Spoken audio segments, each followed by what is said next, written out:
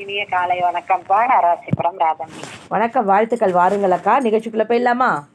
போயிடலாம்ப்பா. ராசிபுரத்துலேருந்து ராதாமணி அக்கா வந்திருக்காங்க. அவங்களுக்கு ஒரு வாழ்த்துக்கள் சொல்லலாம். உறவுகள் அட்டகாசமா எல்லாருமே சூப்பராக பேசுகிறாங்க இல்லையா? நானே கவனிக்கல பாருங்க, சூப்பர் மார்க்கெட் சொல்லியிருக்காங்க. ஸோ நான் அதை கவனிக்கலை. தொப்பூர் ஸ்ரீனிவாசன் அவர் போட்டிருக்காங்க, ஐயோ சூப்பர் மார்க்கெட் சொல்லிட்டாங்க, அவுட்டு, ஆங்கிலம் கலந்துருச்சு அப்படின்றாங்க. சரி, இருக்கட்டும், நன்றிகள் தெரிவித்துக்கொள்ளலாம் அவருக்கும். நிகழ்ச்சியோடு இணைந்து பயணித்து பதிவிட்டு கேட்டுறதுக்கு அத்தனை அன்பு உள்ளவங்களுக்கும் நம்ம நன்றிகளையும் வாழ்த்துக்களையும் தெரிவித்துக் கொள்ளலாம். அக்கா, நிகழ்ச்சிக்குள்ள போகலாம். எதில் மகிழ்ச்சி உங்களுக்கு? எதில் மகிழ்ச்சி அப்படின்னா, இருப்பதை கொண்டு சிறப்புடன் வாழ்வதுதான் மகிழ்ச்சி. நமக்கு அது இல்லையே இது இல்லையேன்னு கவலைப்பட்டுட்டு இருக்கிறத விட, நமக்கு எது நமக்கு கொடுத்து வச்சிருக்கோ, நமக்கு கொடுப்பினை இருக்கோ, அதை வச்சுட்டு நம்ம சிறப்பா வாழலாம். இறைவன் எல்லாருக்கும் ஏதாவது ஒரு வரத்தை கொடுத்துருப்பாரு, அதை வச்சுட்டு நம்ம சிறப்போட வாழலாம் அப்படின்றதுலதான் மகிழ்ச்சி. சூப்பர் அக்கா, ரொம்ப சூப்பரா சொன்னீங்க, வாழ்த்துக்கள். எந்த நட்பை பத்தி பேச போறீங்க?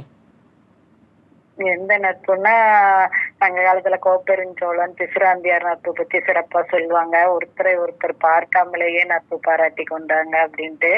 அவரு வடக்கிருந்து வருத்தம், இவரு அந்த மாதிரி நட்பு இன்னி வரைக்கும் பேசப்படல. அவ்வளவு பெரிய ஒருத்தருக்கு ஒருத்தர் பார்க்காமலே. அடுத்தது காதல் கோட்டை படத்துல அஜித்தும் தேவயானியும் பார்க்காம, அது காதல், அது நட்பு இல்ல. அந்த மாதிரி இப்ப நம்ம நண்பன் வானொலியில கலைமணி தம்பியும் மனோ தம்பியும் அவ்வளவு சிறப்பா நட்பு பாராட்டிட்டு இருக்கிறாங்க. அந்த மாதிரி நான் எனக்கு பார்த்த உடனே அப்படின்னா, ஒரு தேடி வரும் பண்பலை உதய விழா, கோடை பண்பலை விழா எங்க ஊருக்கு வந்துச்சு. அப்ப நாங்க போயிருந்தப்ப இந்த மரகதம் சகோதரி அது வரைக்கும் நான் பார்த்தது இல்லை. எங்க ஊர் தான், அங்க எங்க வீடு என்னன்னு எதுவுமே தெரியாது. அன்னைக்குதான் அறிமுகமானோம். அப்ப இருந்து என் கூட ரொம்ப ஃப்ரெண்ட் ஆயிட்டாங்க. அப்புறம் நண்பன் இதுக்கு விழாவுக்கு வந்திருந்தாங்க. நண்பன் வானொலி பத்தி சொன்னேன். கொஞ்ச நாள் அதுல இருந்தாங்க, அப்புறம் முடியலன்ட்டு ஸ்டாப் பண்ணிட்டாங்க. இருந்தாலும் இன்னும் நாங்க நட்புலதான் இருக்கோம். அந்த ஒன் டைம் தான் பார்த்துதான் பேசணும். அதுல இருந்து என் கூட ரொம்ப நட்பு பாராட்டிட்டு இருக்கிறாங்க. அந்த ரயில் சிநேகம் மாதிரி நீங்க சொன்ன மாதிரி அந்த நட்பு இன்னும் தொடர்ந்துட்டு இருக்கு. அந்த மாதிரி நட்புகள், உண்மையான நட்புகள் என்னைக்கும் தொடரும், என்னைக்குமே ஸ்டாப் ஆகாது. நண்பன் வானொலியிலேயே நிறைய நட்புறவுகள், ரொம்ப டீப்பான நட்புகளும் இருக்காங்க. அந்த மாதிரி இருக்கணும்னு எனக்கு ஆசைதான். ஆனா என்னோட சூழ்நிலை முடியல. நான் முடிஞ்ச வரைக்கும் எல்லாரோடையும் நட்போட இருக்கேன். சூப்பர் அக்கா, ரொம்ப அழகா சொன்னீங்க, வாழ்த்துக்கள். உங்களுக்கான தலைப்புக்கு போயிடலாமா? ஒரு நிமிஷம் பேசணும். உங்களுக்கு பிடித்த எழுத்தாளர் பத்தி சொல்லணும். நான் எப்போ படிச்சேன், பரவாயில்ல, அதை வச்சு அழகா சொல்லலாமே. இப்ப நான் சொல்லவா? எனக்கு பிடித்த எழுத்தாளர் ரமணிச்சந்திரன் அவர்கள் ஆவார். அவர்கள் எழுதும் ஒவ்வொரு கதையும் ஒவ்வொரு அற்புதமாக இருக்கும்.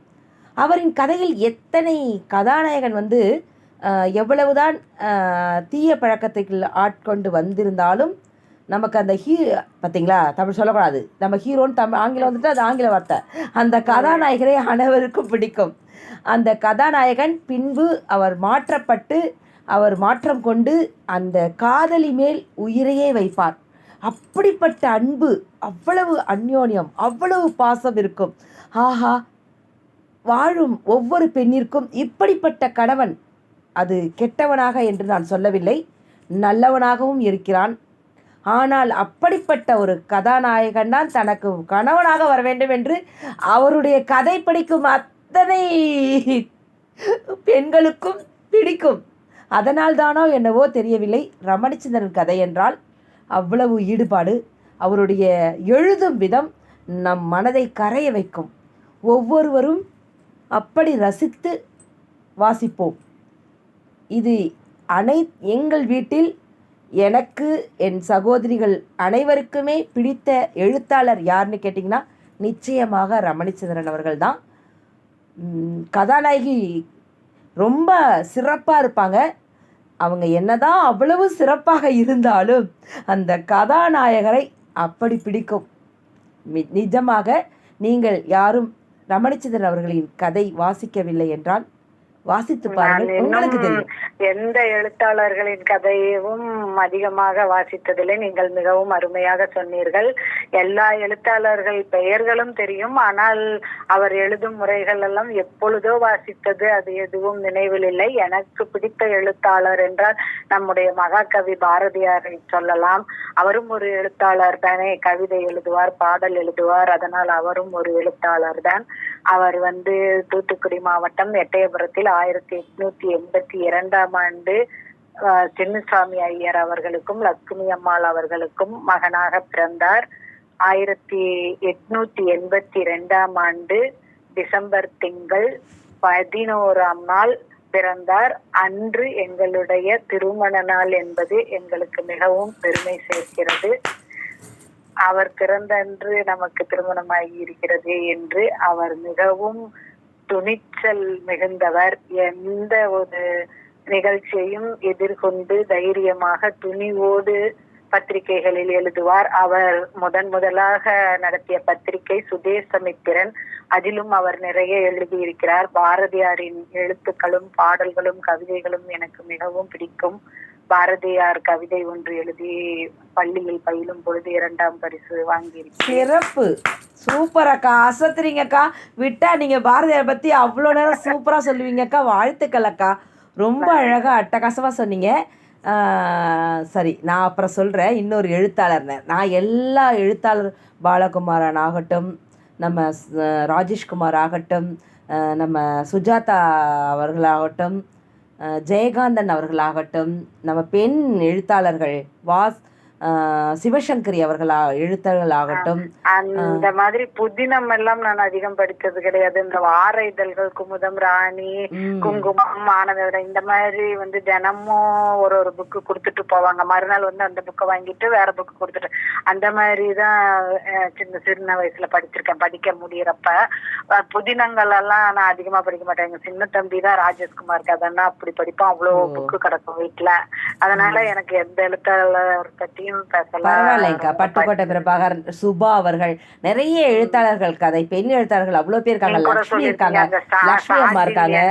சாண்டிலியன் அந்த பெண்களை வர்ணிக்கிறது அவ்வளவு சிறப்பா இருக்கும் அப்படின்ட்டு ஏதோ ஓரல கொஞ்சம் கொஞ்சம் தெரியும். தெரியாது. ஆமா, கல்கி அவர்கள் சரித்திர கதை கண்டிப்பா. ஏன் சாண்டிலியன் அவர்களும் கடல் புறா அப்படி சரித்திர கதை தான் எழுதியிருக்காரு நிறைய. ரொம்ப அழகா ஒரு எழுத்தாளர்கள் பத்தி சொன்னா பேசிக்கிட்டே போலாம். வாழ்த்துக்களக்கா. 5 கேள்வி ரெடியா இருக்கீங்களா? ஏக்கா உங்களுக்கு ஊன்னு சந்தேகப்படுறீங்க? நீங்க தான் நினைவாற்றல், நான் தான் மறந்துடுவேன். பார்க்கலாம் அக்கா. வாரம் வாரம் உங்கள் திரைச்சிலைகள் துவைக்கப்படுகிறதா? உங்கள் வீட்டில் இருக்கும் திரைச்சிலைகளை துவைப்பீர்களா அப்படின்னு சொல்லுங்க. உங்களுக்கு பிடித்த புடவையை காட்டன் சாரியா அல்லது பட்டு சாரியா அல்லது சில்க் சாரியா, எதுவாக இருந்தாலும் நீங்கள் சொல்லலாம். உங்கள் கணவர் அணியும் உடையில் உங்களுக்கு பிடித்த ஆடை எது அப்படின்னு நீங்கள் சொல்லலாம். அதாவது உதாரணத்துக்கு பேண்ட் ஷர்ட்டா, இல்லை கோட் ஷூட்டா, இல்லையா வேஷ்டி சட்டையா, என்னன்னு நீங்கள் சொல்லலாம். ஓகேவா? 4வது கேள்வி, உங்கள் பேத்தி உங்களிடம் உங்களை செல்லமாக எப்படி அழைப்பார்கள்? 5வது கேள்வி, ஆஹா எப்படா லீவ் வரும், குழந்தைங்க எப்போ வருவாங்கன்னு ஆர்வமுடன் காத்திருப்பீங்க இல்லையா? ரெடி? திரைச்சீலைகளை அழுக்கானால் மட்டும் துவைப்பேன். எனக்கு காட்டன் புடவைகள் என்றால் மிகவும் பிடிக்கும். ஆனால் எவ்வளவு விலை கொடுத்து வாங்கினாலும் சுருங்கி விடுகிறது. என் கணவர் பேண்ட் ஷர்ட் போட்டதான் பிடிக்கும். என்னோட பேத்தி என்னைய ராதாமணி என்று செல்லமாக கூப்பிடுவார். பெரிய பேத்தியும் ஒரு நாள் நாங்கள் முன்னால் நடந்து கொண்டிருந்தோம். இவர்கள் வண்டியில் பின்னால் இருந்து வைகுண்ட ஏகாதசி என்று பின்னால் இருந்து ராதாமணி அம்மா கொஞ்சம் நவருங்க அப்படின்னு சொல்றாங்க. யாருடான்னு திரும்பி பார்த்தா அந்த மாதிரி பெரிய பேத்தி அவ்வளவு பாசம். ராதாமணின்னு 2 பேரும் கூப்பிடுறப்ப எனக்கு அவ்வளவு சந்தோஷமா இருக்கும். 2 பேத்தியும் அப்படிதான் பண்ணுவாங்க. அப்புறம் எப்படா வருவாங்கன்னு காத்திருந்தது உண்டு. இப்ப சனிக்கிழமை நேற்று மத்தியானம் தான் ஊருக்கு போனாங்க. தீபாவளி அப்போ வந்தாங்க. அந்த மாதிரி எப்படா வருவாங்க. அந்த பேத்திங்களே என்னை விட்டு நேத்து எங்க அத்தையை பார்க்க போய் அவங்க கீழே விழுந்துட்டாங்கன்னு ஒரு தடவை சொன்னேன்ல, அவங்கள பார்க்க போயிட்டு எங்க பாட்டி வரலையா இங்கே இருந்துக்கிறாங்களான்னு சொன்னோன்னே நானும் வீட்டுக்கு வந்தாவணும், என் பாட்டி வேணும் எத்தம்மா வாங்க வாங்கன்ட்டு அப்படி அழுகுறாங்க. நீங்க இங்க இருக்க வேணாம் வாங்க அப்படின்னு. அந்த மாதிரி குழந்தைங்க பாசம் நம்மளோட அப்படியே நெகிழ செய்யுது. சூப்பர் அக்கா, நீங்க பேசும்போதே அப்படியே நமக்கு அப்படியே நினைவுகள் வந்து தழும்ப ஆரம்பிக்குது. வாழ்த்துக்கள் அக்கா, வாழ்த்துக்கள். நன்றி. தேங்க்யூ அக்கா, தேங்க்யூ. ராதாமணி அக்கா சிறப்பித்தாங்க, நன்றிகள் தெரிவித்துக்